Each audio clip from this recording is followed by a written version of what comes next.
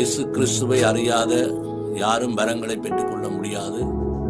இயேசு கிறிஸ்துவை தன்னுடைய சொந்த இரட்சகராக ஏற்றுக்கொண்டு உடைய பாவம் உங்களுக்கு மன்னிக்கப்பட்டு உங்களுக்கு ஒரு புது வாழ்வு கிடைக்கும் பொழுது அங்கே நீங்கள் என்ன செய்ய முடியும்? பரிசுத்த ஆவியானவருடைய பிரசன்னத்தையும் அவருடைய வரங்களையும் பெற்றுக்கொள்ள முடியும். ஆகவே வரங்களிலே வித்தியாசம் உண்டு. ஆவியானவர் ஒருவர், கிரியையிலே வித்தியாசம் உண்டு, கர்த்தர் ஒருவர்.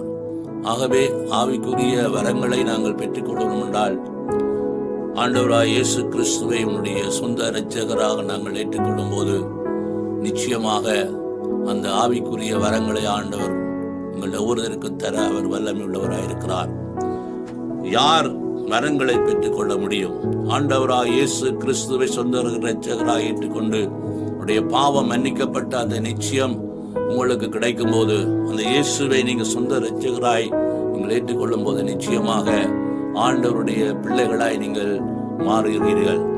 ஆகவே அருமையான தேவனுடைய பிள்ளைகளே, மார்க் 16:17 நாங்கள் வாசிக்கிறோம், இயேசு கிறிஸ்துவை விசுவாசிக்கிறவன் எல்லாருமே அங்கே விசுவாசிகளை திரட்டவும், நவமான பாசைகளை பேசவும், அங்கே வியாசர்களை குணமாக்கவும், இப்படியாக அநேக அற்புதங்களை அடையாளங்களை செய்யும்படியாய் ஒரு ஊழியக்காரனுக்கு அல்ல, விசுவாசிகளுக்கு ஆண்டவர் அந்த அதிகாரத்தை கொடுத்திருக்கிறார்.